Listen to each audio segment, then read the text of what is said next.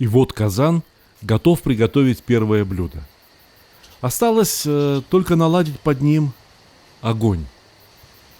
Казан – древнейшее устройство для приготовления еды. Когда-то он был, возможно, каменным, глиняным, керамическим.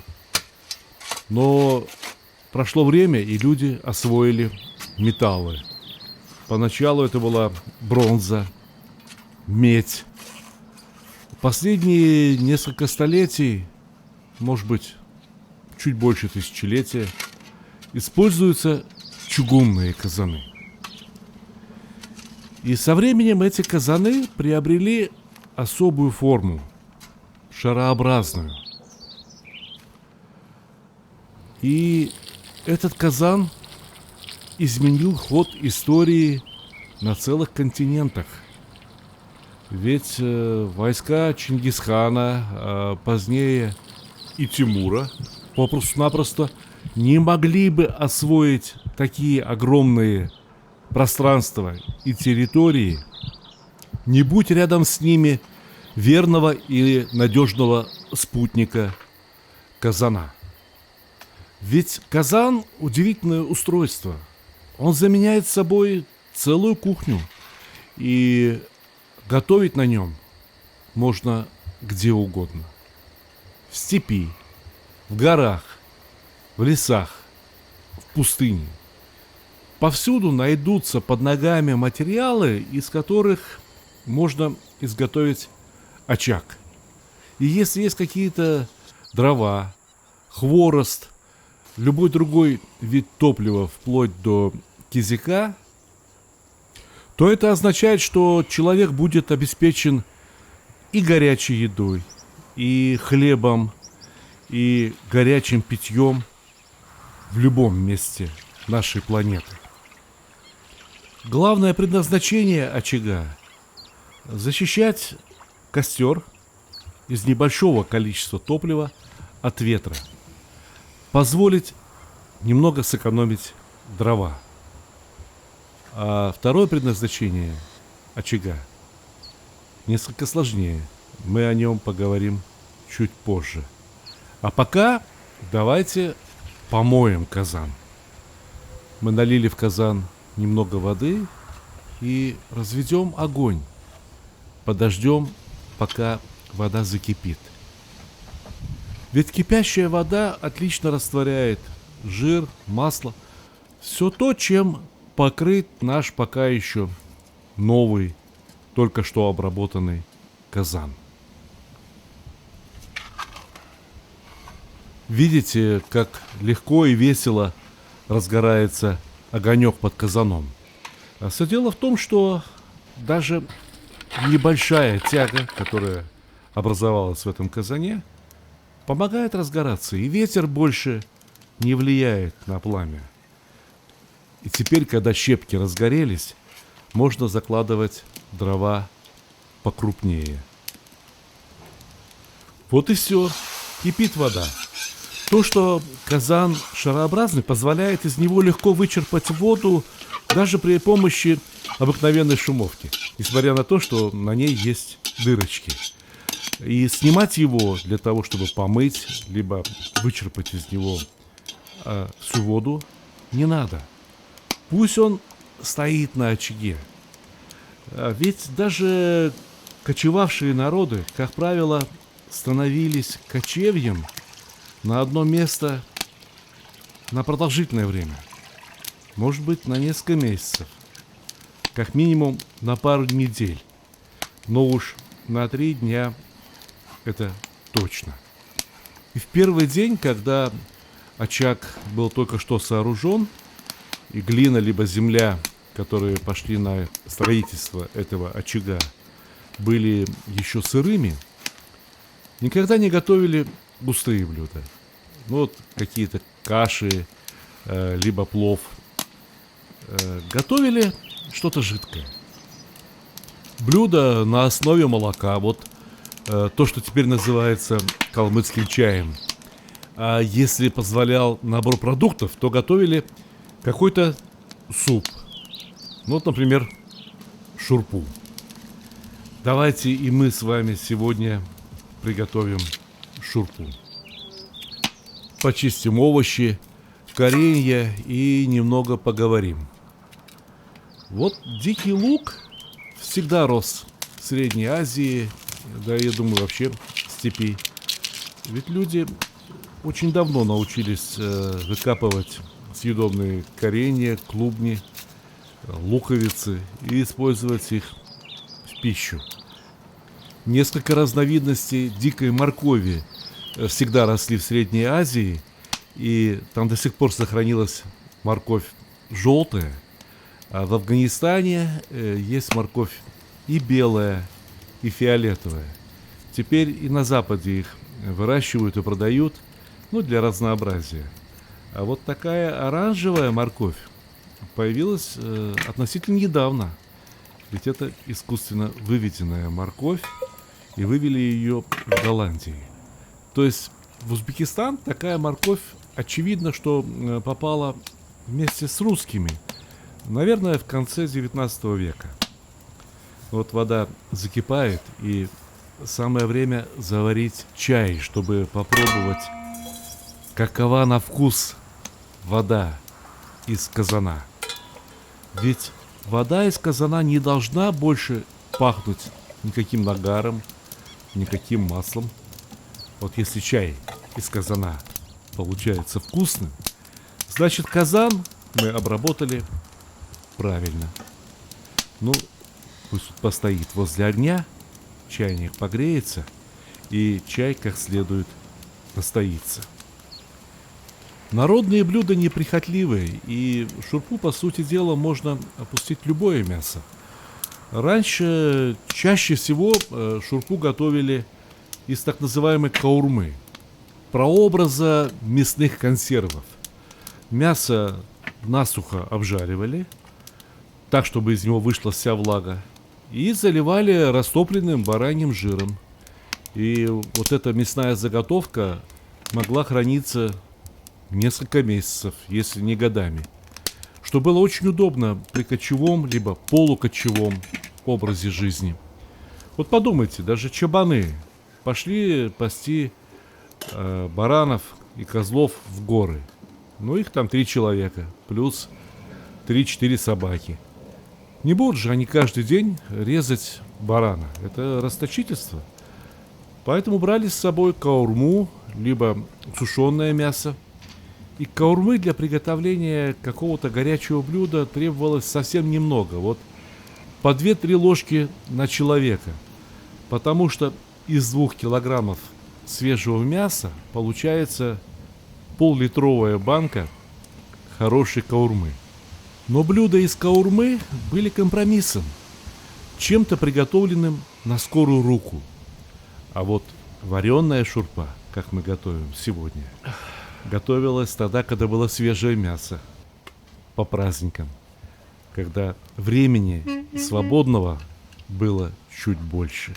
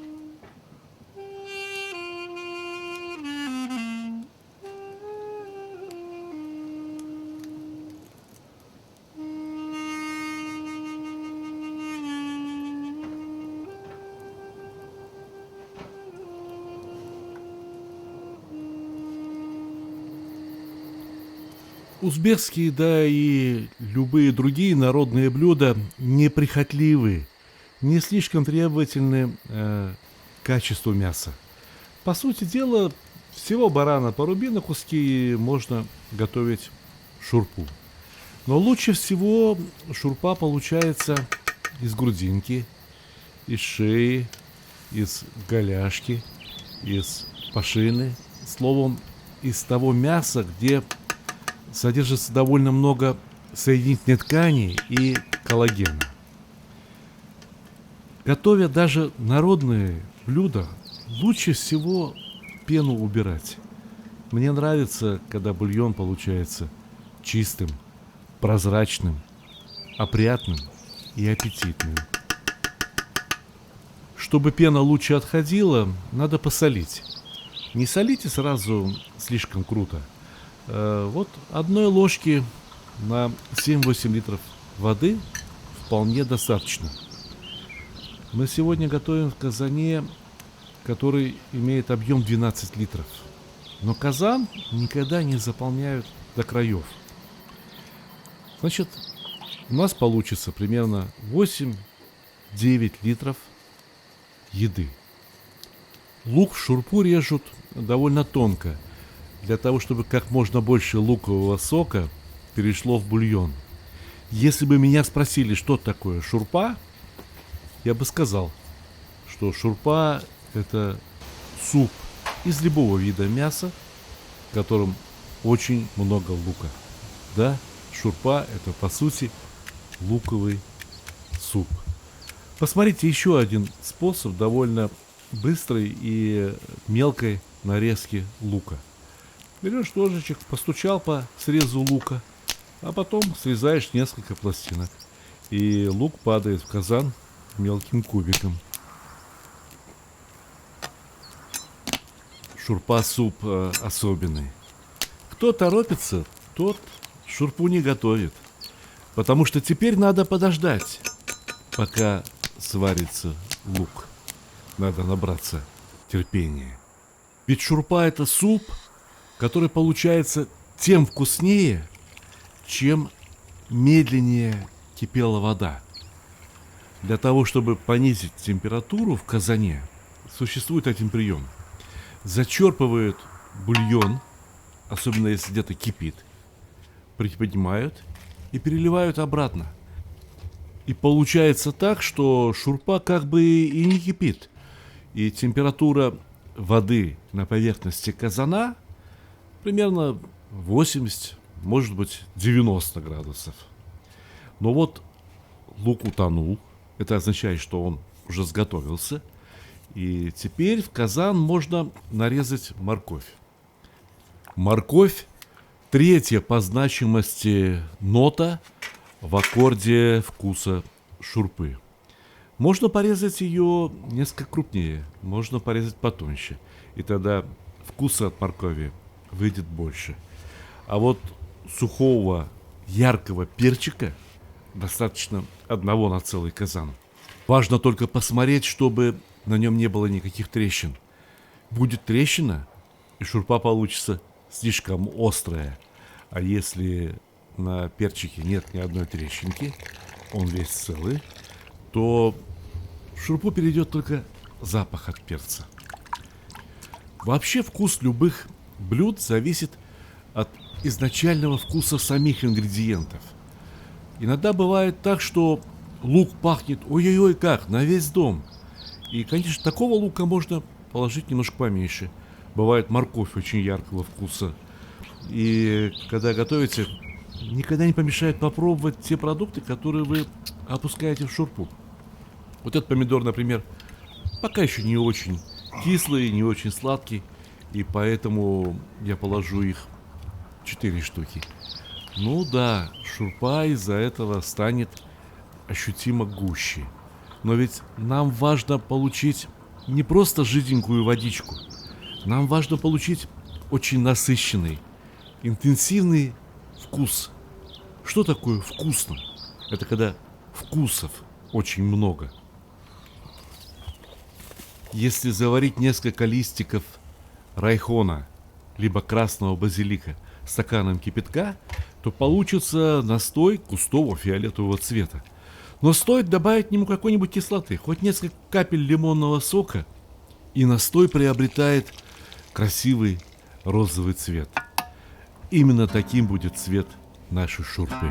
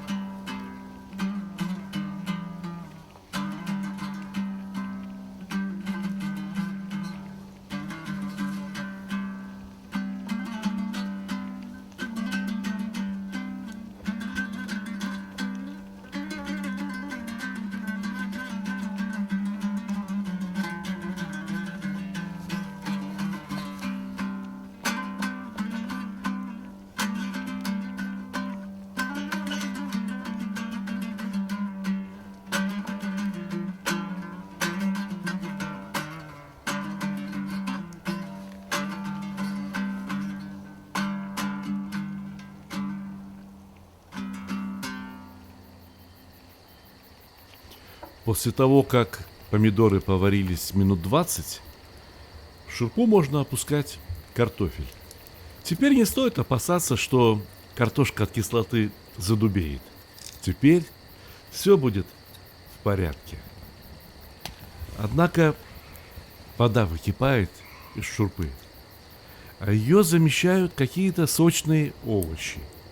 И часть соков из этих овощей еще выйдет в бульон.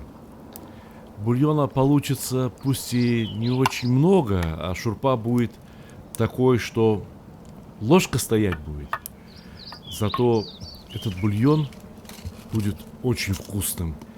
И он будет действовать на организм человека как очень хорошее лекарство, восстанавливающее силы, излечивающее простуду, поднимающего стариков с постели.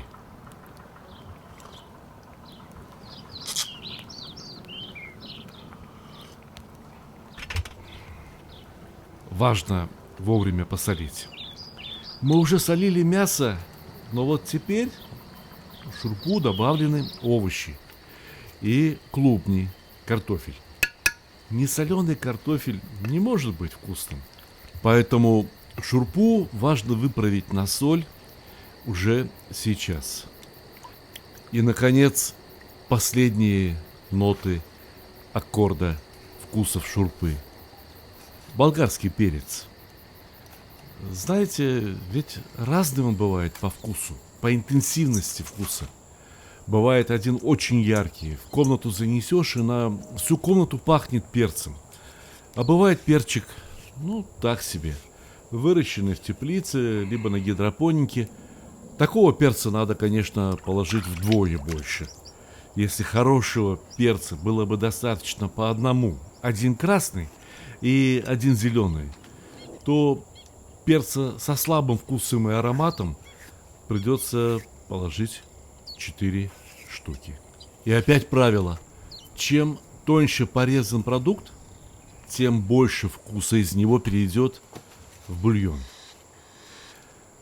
Берем половник, зачерпываем там, где кипит, чуть более интенсивно, и переливаем туда, где пока не кипит. Или наоборот. Чем старательнее повар перемешивает шурпу, тем больше вкусов из продукта выйдет. И чем ниже температура кипения шурпы, тем богаче ее вкус. Но есть еще один ингредиент, о котором в последнее время многие забывают. Шурпу, настоящую шурпу, перед самым ее приготовлением полагается добавить мелкие-мелкие кубики курдючного сала. Мелкие кубики бараньего курдюка должны только успеть согреться и выпустить из себя, может быть, по капельке очень вкусного и ароматного жира. Вот теперь то, что мы приготовили, очень похоже на шурпу. Полюбуемся ею еще немного. Подождем несколько сладких минут.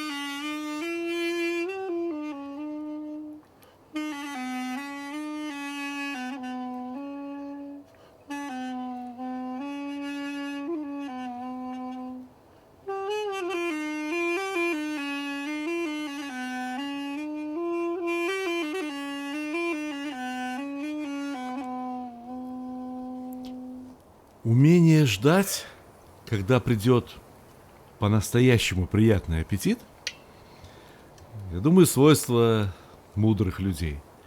Глупые люди едят быстро, жадно, без разбору, а люди умные, разбирающиеся в хорошей еде, не торопятся садиться за стол. Они знают, что чем сильнее разыграется аппетит, тем вкуснее будет еда. Дело в том, что наши рецепторы, вкусовые сосочки, обоняние работает лучше всего, когда и проголодался умеренно, столько, сколько надо, и когда глаза вдоволь насмотрелись на красивую пищу. Вот зелень сейчас, шурпу, не только для аромата, но еще и для наших глаз.